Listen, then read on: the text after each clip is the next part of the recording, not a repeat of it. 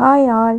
யாருக்கெல்லாம் நல்ல மழை பெய்யும்போது சூடாக டீயோ காஃபியோ அது கூடவே எதுனா ஸ்நாக்ஸை சுட சுட சாப்பிட ரொம்ப பிடிக்கும். எனக்கு ரொம்ப பிடிக்குங்க. அதுவும் அது கூட உள்ள ஸ்நாக்ஸ் நம்ம வீட்டிலேயே செஞ்சு சாப்பிட்டா செம்ம டேஸ்ட்டாக இருக்கும். அப்படி தான் எதனா செய்யணும்னு நினைப்பேன். ஆனால் அதை போய் செஞ்சு சாப்பிட்றதுக்கு ஆகிற டைமில் நமக்கான ஆசையே அப்படியே போயிடும்.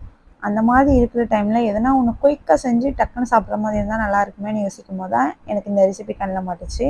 ரொம்ப ஈஸியாக இருந்துச்சு. 5 நிமிஷத்தில் இது நிறைய பேருக்கு தெரிஞ்ச ரெசிபியாக தான் இருக்கும். ஆனால் இது ஃபஸ்ட் டைம் நான் ட்ரை பண்ணி பார்த்தேன். டேஸ்ட்டு சூப்பராக இருந்துச்சு. நீங்களும் என்ன மாதிரி இப்போ தான் பார்க்குறீங்க அப்படின்னா கண்டிப்பாக ட்ரை பண்ணுங்கள். அதுக்கு ஃபஸ்ட்டு ஒரு 3 வெங்காயத்தை இந்த மாதிரி நீள நீளமாக கட் பண்ணிக்கிட்டேன். அது கூடவே ஒரு 3 பச்சை மிளகாவையும் குட்டி குட்டியாக கட் பண்ணி ஆட் பண்ணிவிட்டேன். கொஞ்சமாக கொத்தமல்லி தலையும் வாஷ் பண்ணி கட் பண்ணி அதில் சேர்த்தாச்சு.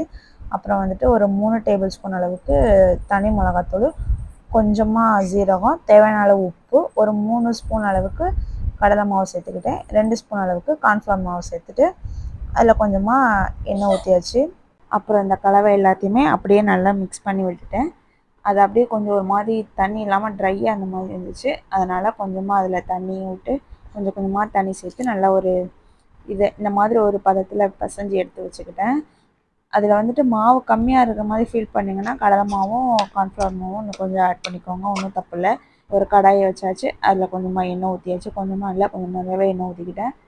அதுக்கப்புறம் இந்த பசஞ்சு வச்சுருந்த கலவையை உருண்டை பிடிக்காமல் அப்படியே கொத்தா அள்ளி அள்ளி எண்ணெயில் போட்டு பொரிச்சு எடுத்தாச்சு. அவ்வளோ 2 சைடுமே நல்லா வெந்து வரணும். மீடியம் ஃப்ளேமில் வச்சு ஃப்ரை பண்ணி எடுத்துருங்க. அவ்வளோதாங்க, 5 மினிட்ஸில் ரெடி ஆயிரும் வெங்காய பக்கோடா.